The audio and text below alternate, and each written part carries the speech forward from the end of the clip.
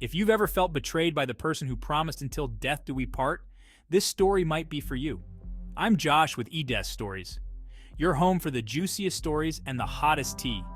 Today's original poster wants to know, Am I the asshole for wanting to leave my husband after 35 years because he didn't care when I was in pain?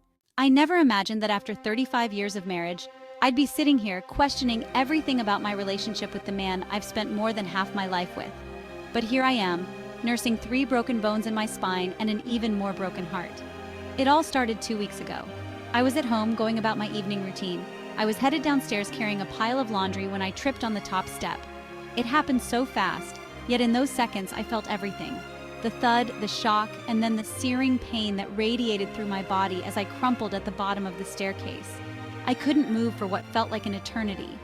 I was terrified that I had paralyzed myself. My husband Mark was outside and our kids were grown and out of the house. Mark came inside finally and he found me at the bottom of the stairs, and before I knew it, I was in the ER. The pain was excruciating, but I kept telling myself that it could have been worse. At least I could move my legs. The doctor was kind. He explained that I had fractured 3 small bones in my spine, the little knobby ends on each of the bones of the spine.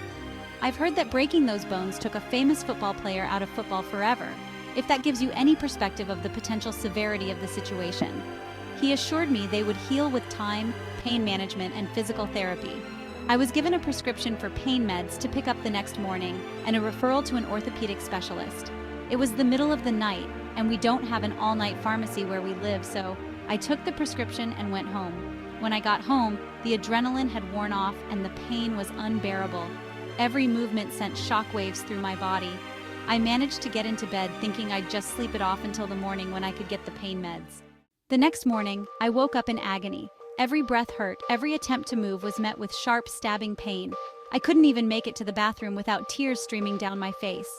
I reached for my phone and saw that Mark had already left for work. No note, no message, just gone, like it was any other day. I was in so much pain that I could barely think straight. I needed those pain meds, but there was no way I could drive myself to the pharmacy. I called Mark, and when he picked up, I could hear the usual chaos of his office in the background. Hey, what's up? He asked, his voice sounding distracted.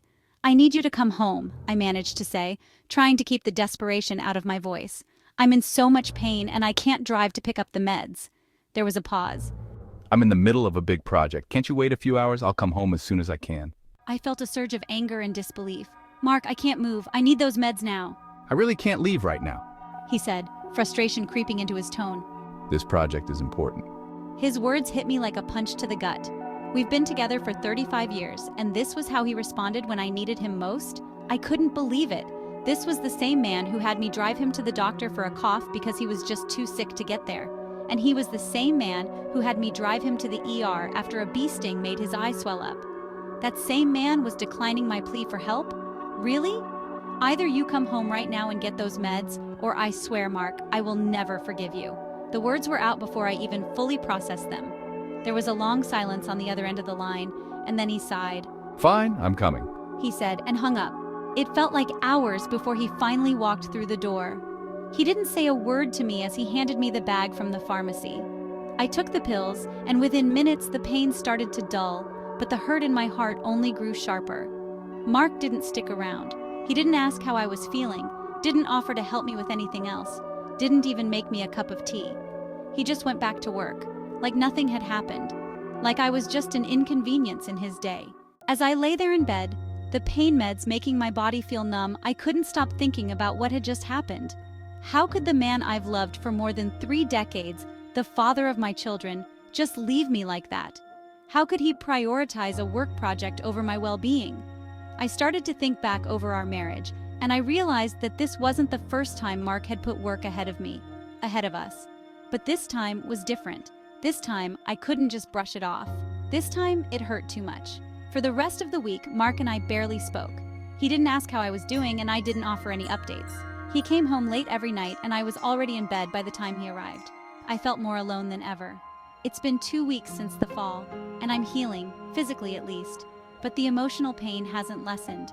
If anything, it's gotten worse. I can't stop thinking about what happened, about how Mark reacted or didn't react.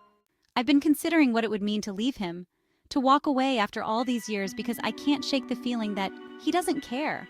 Not really. We would no longer have holidays with both of us, the kids, and their growing families. We would never wake up together on lazy Saturday mornings, but I would also never feel so unsupported again.